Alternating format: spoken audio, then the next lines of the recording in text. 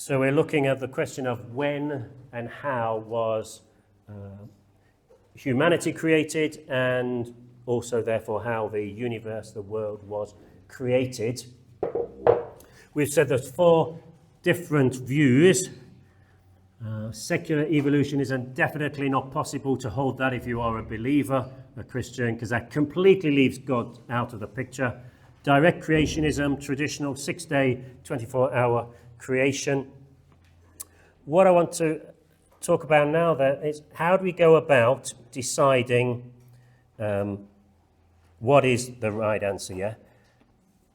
And so we're going to look at some of the issues, some of the questions, some of the problems to do with interpretation of Genesis 1 to 3. What sort of questions do we have to ask? As we come to Genesis 1 to 3, what sort of questions do we have to ask? Yeah? Does it fit into scientific discoveries? Yeah, does it fit into scientific discoveries? I know what you mean, that almost... Yeah.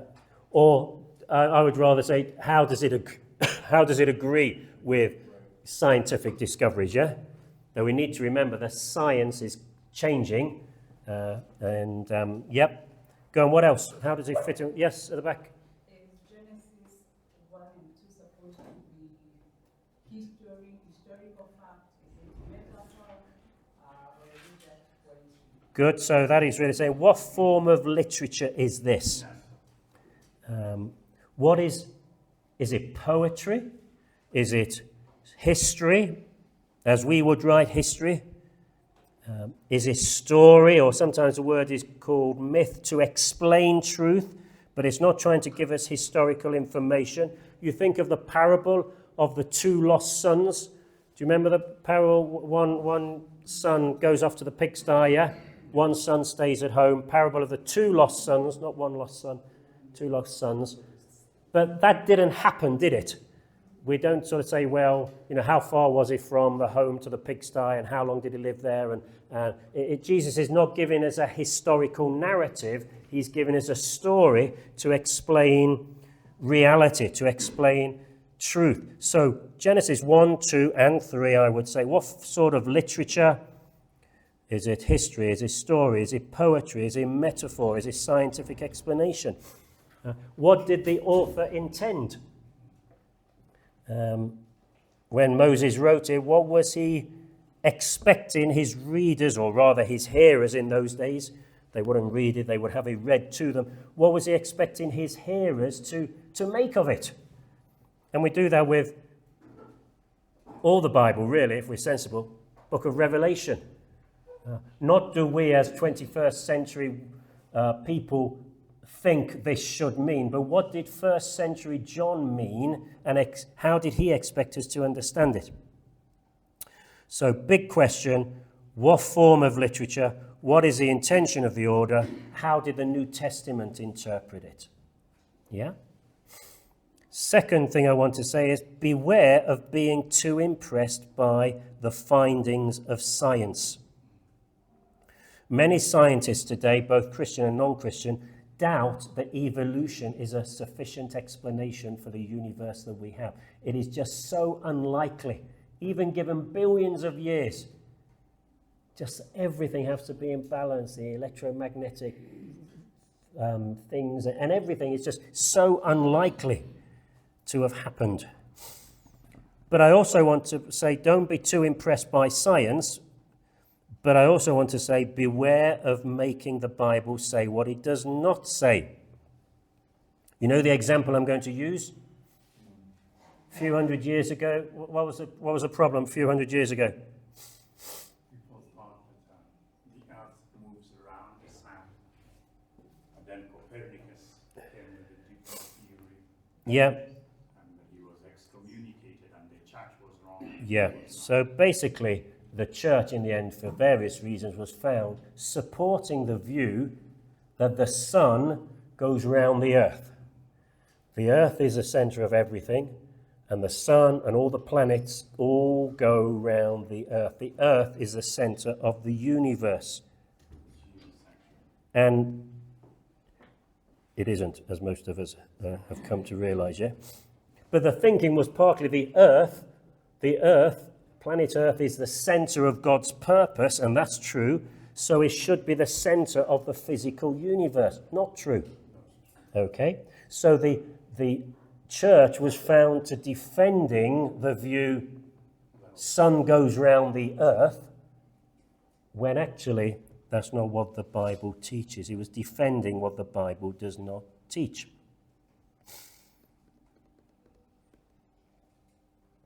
So, what is the Bible actually saying here? That's a big question.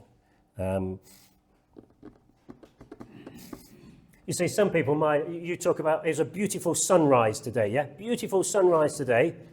That means you think the sun goes round the earth? No. Oh, you did. You said the earth is here and there's the sky and the sun rose. You think the sun is going round the earth? You're a very primitive man, huh? Very backward. But when he says the sun rises, he's not defending the position that the sun comes up. Here's the earth, the sun rises and goes down and round and then up again, is he? He's not really saying that. No. Don't force his language to mean something that he does not intend it to mean. But whoever got it up and said, wow, what a beautiful earth spin today.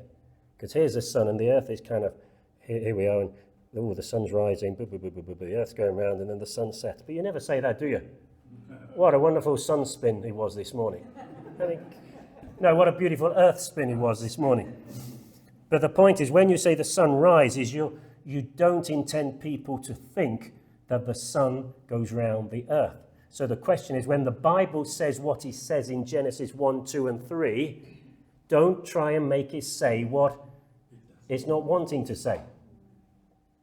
But don't be too impressed by science either. You know, when you're riding a camel, you can fall off two ways, can't you? Yes. You can fall off this way, or you can fall off, if you're very clever, you can probably fall off the front and the back as well. But the point is, don't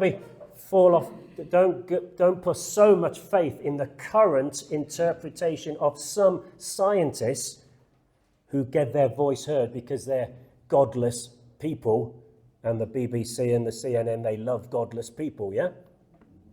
But on the other hand, don't make the Bible say what it is not actually saying. One big issue is the question of the meaning of the word day. What does the word day mean? What does the word day mean? Huh? You don't know till it's in a sentence. I told you that this morning, I told you that last week. I'll probably tell you next week as well. You don't know until it's in a sentence. Context. Does the word day in Genesis 1 mean a 24-hour day? We define a 24-hour day as the time it takes for the earth to kind of spin on its axis once, yeah? Or does the word day mean a sort of an age, a period of time? Listen to this. In my day, children had a bath once a week, not every day. In my day, children had a bath once a week, not every day. I use the word day twice there, don't I? In my day, children had a bath once a week, not every day. What does day mean there? 24 hours. What does day mean there? In my time, when I was a boy, in those days, yeah? Football illustration, when in Sir Alex Ferguson's day, Man United were always among the top 3 teams, yeah? I think they're about 16th now, aren't they? Yeah, great. In Sir Alex Ferguson's day, Man United were always in the... How long is a day there? In Sir Alex Ferguson's day, when Sir Alex Ferguson was manager of Man U, how long was he manager of Man U for? 25 years, yeah? So their day means not 24 hours, but 20, 25 years, yeah? And so some people say that the word day in Genesis 1, 2 doesn't mean a literal 24-hour day. It means an age. There was a first age when he did this. And then Maybe millions of years pass, and then there's another age when he's doing this, and then a third age and a fourth age, and so on until we get to the sixth age, yeah? So it's not 6 24-hour days, but it's 6 ages. And so the earth could be very old because an age could be billions of years long, yeah? When was Adam created? Some people think we can get creation back to 4004 BC, yeah? Some King James versions of the Bible suggest that creation was 4004 BC. How do they do that? How do they work that out? Any ideas? How did they come to that conclusion? Some guy a long time ago. Yeah? By using the genealogies recorded in the Bible. Good. By using the genealogies to try and work out when you get back to Adam and Eve. I don't think that's a good idea myself. Why not? Why not? Because the genealogies are not historical. Well, the genealogies are not historical in the way that we would want them to be, or assume they are, yeah? Let me try and explain what I mean. But basically, the genealogies in the Bible are not for you to do with dates and times. What are the genealogies in the Bible really about? What are they interested in? That Jesus is the son of David. Yeah, but before the genealogies in Genesis 5 and Genesis 10, Genesis 11, what are they really interested in? They're not interested in ages and date. What are they interested in? They're interested in where you come from. Who's your dad and granddad and great-granddad and great-great-granddad, yeah? Genealogies are to do with who you are connected to, who you have come from. Not very interested in chronology, details of time as we understand it. Let me give you an example. Genesis 5:32.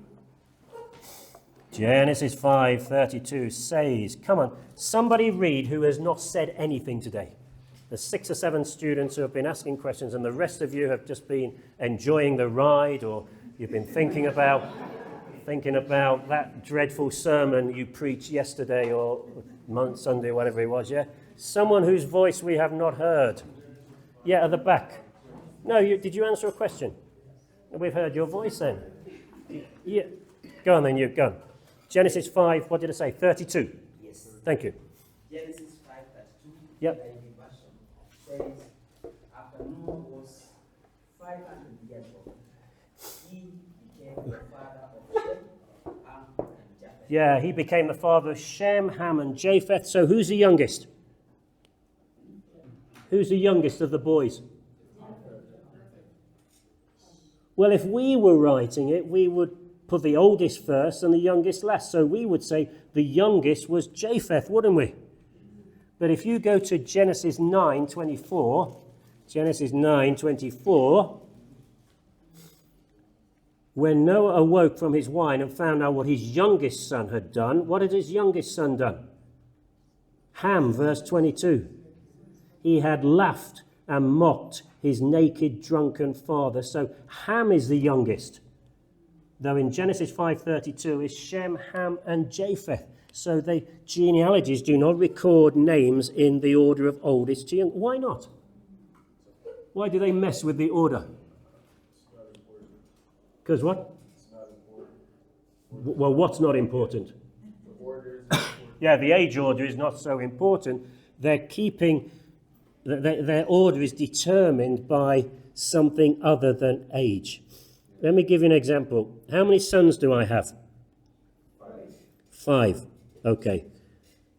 If I was talking to a group of 11-year-old boys and I had to tell them about my sons, I'd say, the first one's... I wouldn't say the first one. I would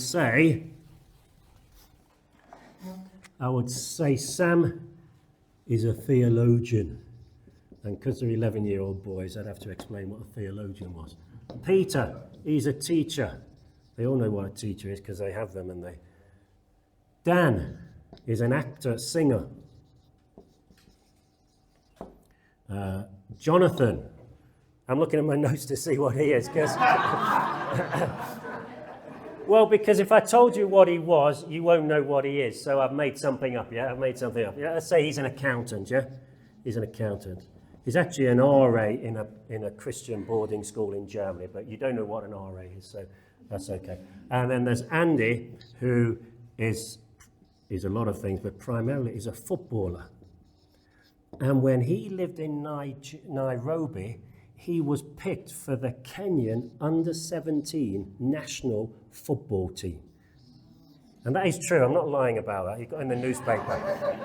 Under-17 Kenyan national football team, he got picked for the squad, yeah, really good footballer. They only had one game that year, he was injured so he didn't play, so he can't say he played for Kenya, but he was in the squad. He was actually quite happy he didn't play because they lost 6-0 to Tanzania. And he said, I don't want my whole international career to be a 6-0 loss to Tanzania, yeah? Right, so who's the youngest? Who's the youngest? No, he's not. He's not. No, he's not. He's the third. He fits in there. Why did I put him last? Because what? Because what? Of his career. Because who am I talking to? I told you who I was talking to. 11-year-old boys, yeah? So what are they interested in? Theologian, no. Teachers, we hate them. Actors, well, sort of. Accountant, boring. So I keep the most interesting to last because this is what they are most likely to be interested in and talk about and think. If I put him in there, they won't listen to him and they won't listen to that, yeah? So the genealogy writers do the same thing. Often they put the most significant one or the most interesting one, the one whom they really want you to take note of. Either they put him last or they put him first. But they don't want him to get mixed up in the middle somewhere, yeah? Do you understand what I'm saying? So genealogies, first of all, are not necessarily in age order as we would. You have to be very careful of the maths of biblical genealogies. Genesis 26. Look at Genesis 26. No, I don't mean that. I mean Genesis 11:26. Genesis 11:26. After Terah had lived 70 years, he became the father of Abram, Nahor, and Haran. Terah lived then verse 32, chapter 11 of Genesis 32. Terah lived 205 years and he died. So you've got Terah, when he'd lived 70 years, he became the father of who? Abram, Nahor, and Haran. And Terah lived 205 years and he died. So how old was Abram when his dad Terah died? Terah lived 70 years and he became the father of Abram. So it sounds to my ears as if Terah was 70 when he had baby Abraham, yeah? Well, when his wife had baby Abraham, yeah? And Terah lived to be 205. So how old was Abraham when his dad died? It looks like 135, yeah? And it's not. Because look at Acts chapter 7 and verse 4. Acts chapter 7 and verse 4. Somebody read, please. So he left the land of Chaldeans and settled in Haran. After the death of his father, God sent him to this land where you are. Okay, so Abraham stayed in Haran until the death of his father, and then he left. So on the basis of what we read in Genesis, it looks as if his dad died when he was 135, so he must have been at least 135 when he left Haran, yeah? Genesis 12, verse 4, so Abraham left as the Lord had told him, and Lot went with him. Abraham was not 135, he was 75 years old when he set out from Haran. So Genesis 11, verse 26, does not mean Terah was 70 when his wife gave birth to Abram. He was actually at least 130 years old when Abram was born. Are you following me? Yeah. Genesis 11, 26. When Abram had lived 70 years, he became the father of Abram, Nahor, and Haran. Does not mean Abram was born when he was 70. Abram was actually 130 at least Terah was at least 130 when Abram was born, yeah? Genesis 11, 26 means far more likely when Terah was 70 years old, his wife began to have children. Yeah? 3 in particular, Abram, Nahor, Haran, not in the right order, so on and so forth. I don't know if you understand that, but the big thing is be careful with genealogies, yeah? They don't always mean what they look as if they mean at first reading. Genealogies, third point. So genealogies are not in order. You have to be careful with the maths of genealogies. Thirdly, genealogies omit generations. Look at Ezra 7 and verse 2. Look at Ezra 7 and verse 2. And while you look at that, I'm going to read 1 Chronicles 6, 3. So you look at Ezra 7, beginning of verse 2. And I'm going to look at 1 Chronicles. And so you listen as I read, yeah? Just follow the names. 1 Chronicles.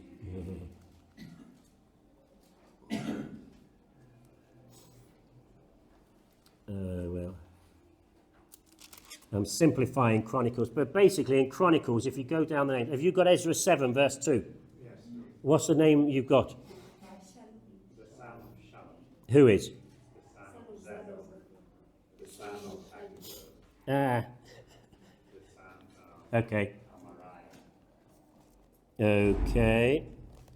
This is not going to work very well. I might have to abandon it. Ezra 7, verse 2. Don't worry about that, don't worry.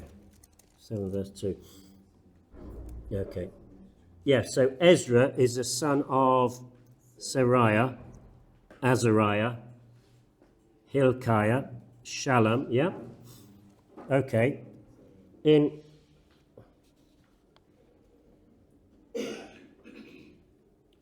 Chronicles, you have another list, and basically, Ezra has missed out several generations. That's all I'm trying to. It's in your notes, but you can see from my notes. Here's 1 Chronicles 6. The names here, yeah, and here's Ezra, and from Ezra, from that one to that one, he's missed out 5 generations. Yeah, that's the main point I was trying to make. And even if you compare 1 Chronicles 3 with Matthew 1, again, if you can see just my notes, 1 Chronicles 3:11, you've got these names: Solomon, Rehoboam, Abijah, Asa, Jehoshaphat, blah, blah, blah. In Matthew 1, you've got the same names, and then you've got 3 names missed out. And then when you link up, Matthew has Uzziah, and Chronicles has Azariah, before it goes Jotham, Ahaz, etc., which also warns you that sometimes people are called different things. They're the same person, but they have a different name, yeah? And that's true with some students, isn't it? I know some of you by one name and everyone else calls you something else. And in fact, if you go even to the beginning of Matthew's Gospel, Matthew 1 introduces us to Jesus. Who is Jesus? Tell me who Jesus is. Son of David, son of Abraham.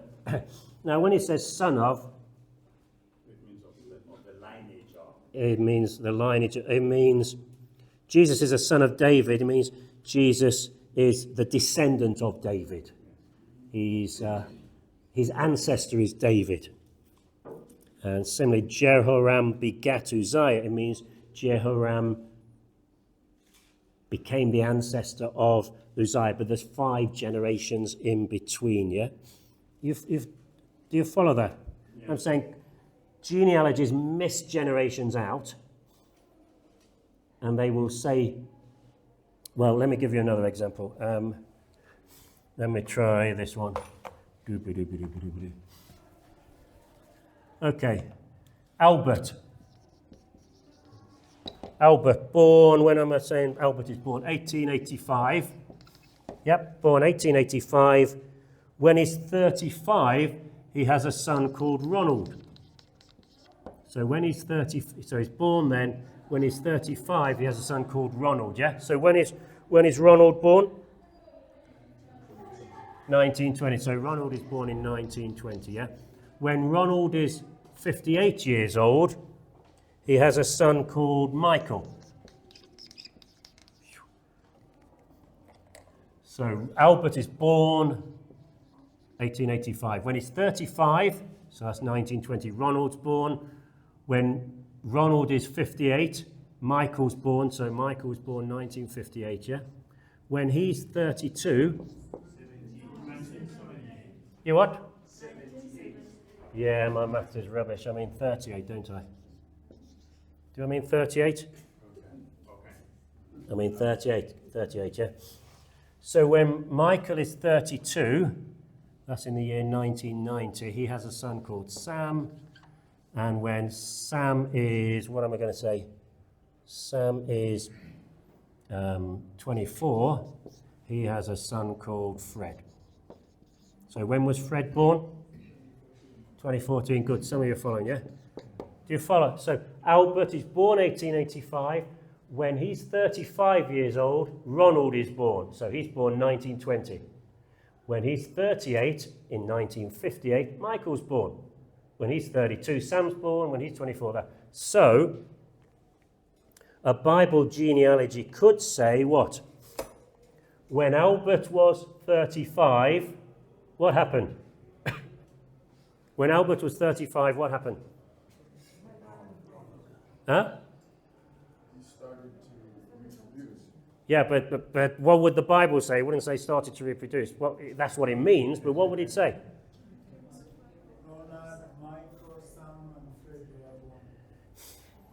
It could say when Albert was 35, he became the father of Fred. When Albert was 35, what actually happened was Ronald was born, yeah? And in fact, Albert died. When did Albert die? Well, by the time Fred was born, Albert had been dead 60 years. I know this because this is part of my family tree, yeah?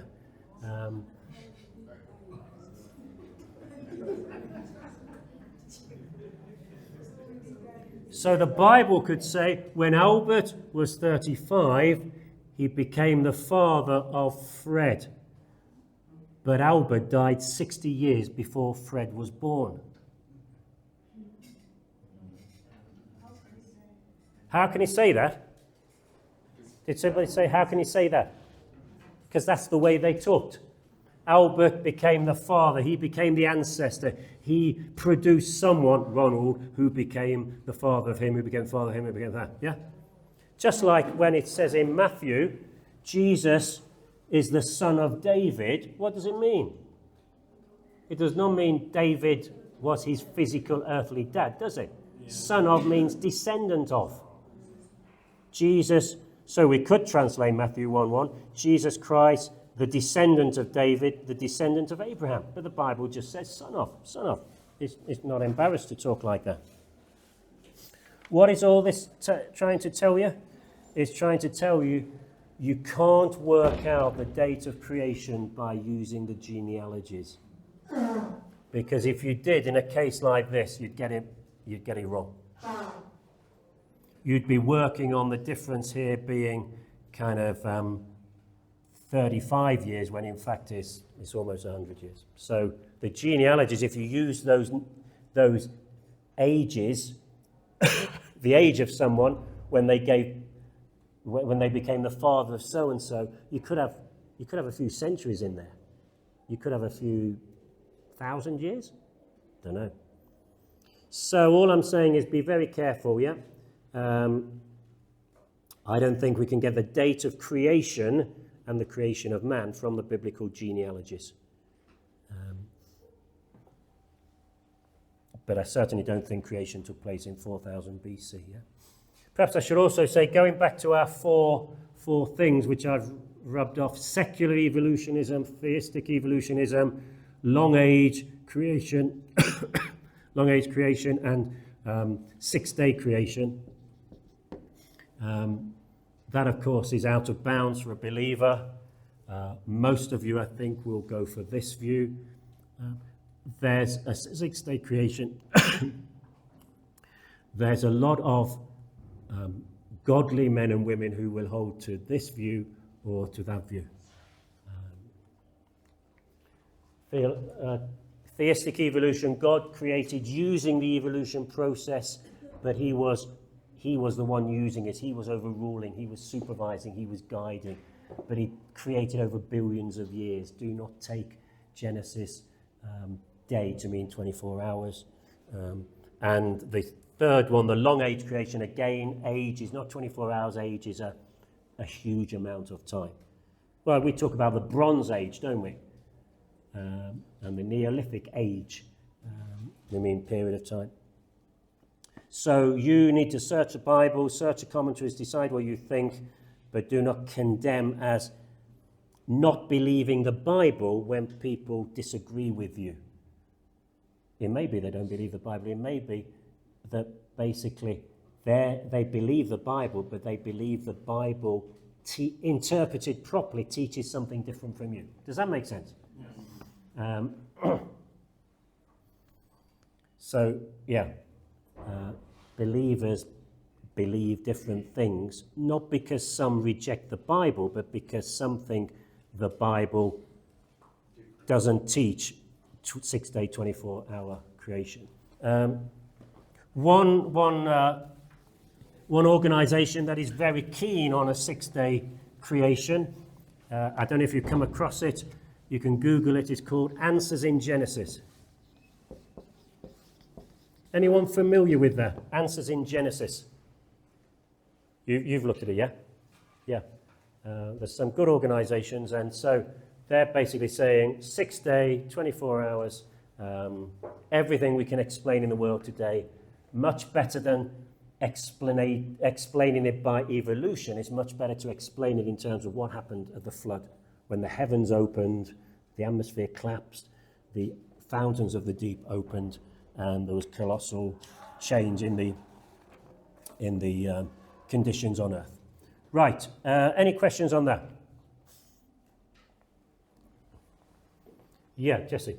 Yeah, if we believe in things like discoveries, perhaps like Lucy and her like skeleton, Yeah. We would be theistic, right? So what exactly would that do to our view of the 6-day creation? If you think Lucy, I don't know Lucy very well. What is she supposed to be, the first woman, or? Is the oldest, I think there was another one, but I'm not sure, but one of the oldest discoveries of a human. Yeah. She had like a monkey-like face. Okay, yeah, The yeah. bone structure was different Yeah. from our bone structures. Okay. So that would fit in with that or that. Theistic evolution. If truly her skeleton is not quite human, and that was typical of the whole kind of her species at that time, it would fit in with a theistic evolution. She's not quite at the last step, which is us in the image of God, or long age creation. But you know, the scientists, they want to be interesting, they want to sell magazines and articles, and you know, some of the wonderful dinosaurs you see, yeah? Here's a brontosaurus, you know, kind of blah, blah, blah, blah, blah, blah, blah. And sometimes they recreate that from kind of 4 bones that they found. And it's guesswork, a lot of it's just guesswork, yeah? No idea what the skin color is or what the skin texture was or anything. They're just they've got to do something, write PhDs on something. So don't believe everything you read in your children's textbooks. What were you taught at school when you were in secondary school? What were you taught? Evolution, or were you taught creation, 24-hour creation? Both. Okay. In the UK, if you try and teach this, you get fired. Okay, because it's unscientific, it's myth, it's offending the Muslims, it's this, that, and the other. So if you're a teacher and you teach that, that's the end of your teaching career. You have to teach as fact, undisputable fact. You have to teach secular evolution. Nothing like intelligent design, nothing. We're all chance, billions of years. You're just a rather clever monkey, that's all you are, you know. And human beings have no purpose, no point. We're just the most highly developed creature that has ever lived, and you know, that's it, sort of thing. Just lucky you turned up in the universe. Yeah, Peter. So as a theologian, which view do you take yourself? Which view do I take of myself? Usually this, but not creation in 4000 BC. Yeah. So I would say probably human beings were created 50,000 years ago, something like that, because of the genealogies, the dating and the genealogies. But I know a lot of people, a lot of godly men and women who would hold to that or that, because they believe the Bible, but they just think when you make it say 6 days, 24 hours, you're making it say something that it is not really wanting to say. And how can you have 24 hours when you've not even got a sun? You've not got the earth, the waters above and below differentiated, and it's kind of. So they would say, in holding to this, you're trying to make the Bible say what it's not saying. You're trying to make the Bible say the sun goes around the earth. That's what they'd say.